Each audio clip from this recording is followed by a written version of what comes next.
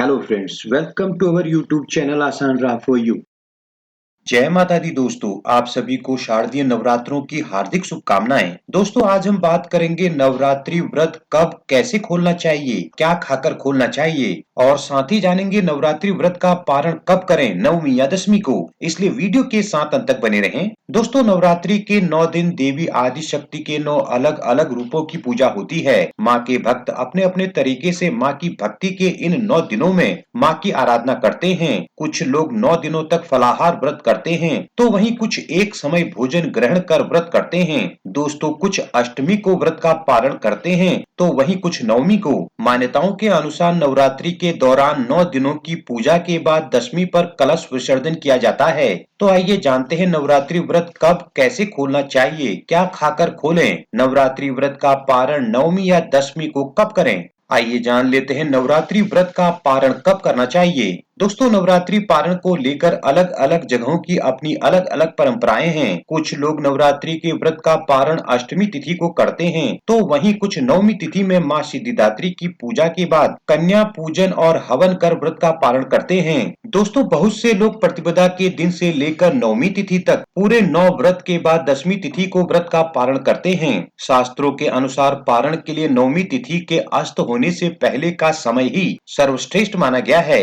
साथ ही दशमी तिथि भी नवरात्रि पारण के लिए उपयुक्त मानी गई है। आइए जान लेते हैं नवरात्रि अष्टमी पारण विधि। दोस्तों जो लोग नवरात्रि व्रत का पारण महाअष्टमी यानी अष्टमी तिथि पर करते हैं, वे सप्तमी तक व्रत रखते हैं और फिर अष्टमी के दिन प्रातःकाल नित्य क्रियाओं से निवृत्त होकर स्नान के बाद अपनी कुल देवी और माता महागौरी का पूजन कर और उन्हें उनकी सभी प्रिय चीजें और उनका प्रिय भोग लगाएं। इसके बाद कन्या पूजन करें। कन्या पूजन के बाद प्रसाद ग्रहण कर नवरात्रि व्रत का पारण करें। अब जान लेते हैं नवरात्रि नवमी पारण विधि। दोस्तों महानवमी तिथि पर नवरात्रि व्रत का पारण करने वाले लोगों को इस दिन सुबह प्रातःकाल जल्दी उठकर नित्य क्रियाओं से निवृत्त होकर स्नान आदि के बाद माँ सिद्धिदात्री की पूजा कर उन्हें भोग लगाना चाहिए। इसके बाद घर में हवन करें। पूजा हवन करने के बाद 9 कन्याओं तथा लंगूर को भोजन कराएं और प्रसाद बांटें। दोस्तों कन्या पूजन के बाद भोग के लिए बनाया गया प्रसाद ग्रहण कर व्रत खोल सकते हैं।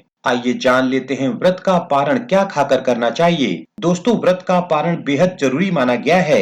नवरात्रि के व्रत मनोकामना पूरी करने वाले माने जाते हैं। किसी भी व्रत का पूर्ण फल तभी प्राप्त होता है जब आप व्रत का विधि विधान से पारण करते हैं। दोस्तों धार्मिक मान्यता अनुसार नवरात्रि व्रत का पारण माता के प्रसाद को खाकर ही करना चाहिए, अर्थात कन्या पूजन और हवन आदि के बाद आपने पारण के दिन जो भी भोग माता रानी को लगाया है, उसी भोग को प्रसाद के रूप में ग्रहण कर व्रत का पारण करें।